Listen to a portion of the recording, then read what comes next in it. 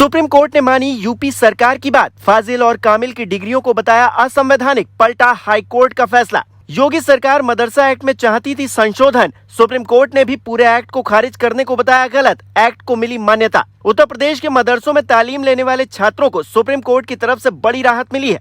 Supreme court ने Allahabad high court के उस आदेश को खारिज कर दिया है जिसमें हाई कोर्ट ने उत्तर प्रदेश मदरसा शिक्षा बोर्ड अधिनियम को खारिज करते हुए छात्रों को दूसरे स्कूल में दाखिला लेने को कहा था।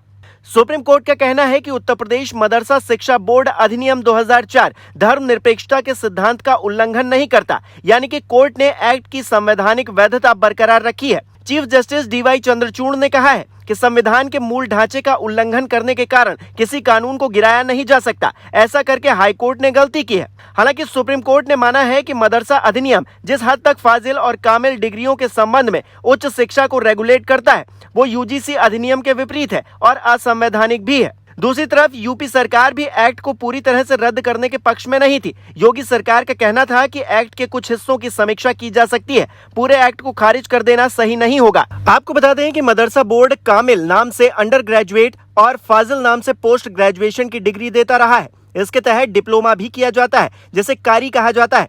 बोर्ड हर साल मुंशी और मौलवी 10वीं क्लास और आलिम यानी कि 12वीं क्लास के एग्जाम भी करवाता रहा है। सुप्रीम कोर्ट के फैसले के बाद सभी मदरसे क्लास 12 तक सर्टिफिकेट तो दे सकेंगे, लेकिन उसके आगे की तालीम का सर्टिफिकेट देने की मान्यता मदरसों के पास नहीं होगी। यानी कि यूपी मदरसा बोर्ड द्वारा मान्यता प्राप्त मदरसे छात्रों को कामिल और फाजिल की डिग्री नहीं दे सकेंगे, क्योंकि ये यूजीसी अधिनियम के खिलाफ होगा। वहीं 22 मार्च को हाईकोर्ट की लखनऊ बेंच ने 86 पेज का फैसला सुनाते हुए कहा था कि बच्चों के साथ धर्म के आधार पर भेदभाव नहीं किया जा सकता। धर्म के आधार पर उन्हें अलग अलग तरह की शिक्षा मुहैया नहीं कराई जा सकती। अगर ऐसा किया जाता है तो ये धर्मनिरपेक्षता का उल्लंघन होगा। ये बात कहते हुए हाईकोर्ट की लखनऊ बेंच ने 22 मार्च को मदरसा एक्ट को असंवैधानिक करार दिया था।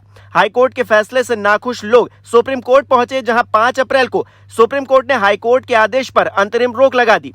सीजेआई चंद्रचूड़, जस्टिस जेबी पारदीवाला और मनोज मिश्रा की बेंच ने 22 अक्टूबर को फैसला सुरक्षित रख लिया था और अब सुप्रीम कोर्ट ने मामले पर अपना फैसला सुना दिया है। हालांकि ये मामला दशकों से चला आ रहा है। मदरसा एक्ट के खिलाफ सबसे पहले 2012 में दारुल उलूम वासिया मदरसा के मैनेजर सिराजुल हक ने याचिका दाखिल की थी। फिर 2014 में माइनॉरिटी वेलफेयर लखनऊ के सेक्रेटरी अब्दुल अजीज, 2019 में लखनऊ के मोहम्मद जावेद ने याचिका दाखिल की थी। इसके बाद 2020 में रैजुल मुस्तफा ने 2 याचिकाएं दाखिल की। 2023 में अंशुमान सिंह राठौर ने याचिका दायर की। सभी मामलों का नेचर एक था, इसलिए हाईकोर्ट ने सभी याचिकाओं को मर्ज कर दिया और अपना फैसला सुना दिया। वहीं उत्तर प्रदेश में मदरसों की स्थिति पर बात की जाए तो उत्तर प्रदेश में 1908 से ही मदरसा शिक्षा की व्यवस्था चली आ रही है। उत्तर प्रदेश के अंदर मदरसों की कुल संख्या लगभग 23,500 बताई जाती है। करीब 16,500 मदरसों को यूपी मदरसा एजुकेशन बोर्ड ने मान्यता दे रखी है, लेकिन सिर्फ 560 मदरसों को सरकार से आर्थिक सहायता मिलती है। साल 2018 में योगी सरकार ने मदरसों का सिलेबस बदल दिया था। मदरसों में सिर्फ दीनी तालीम ना हो, सरकार ने इसके लिए SCERT कोर्स लागू कराया।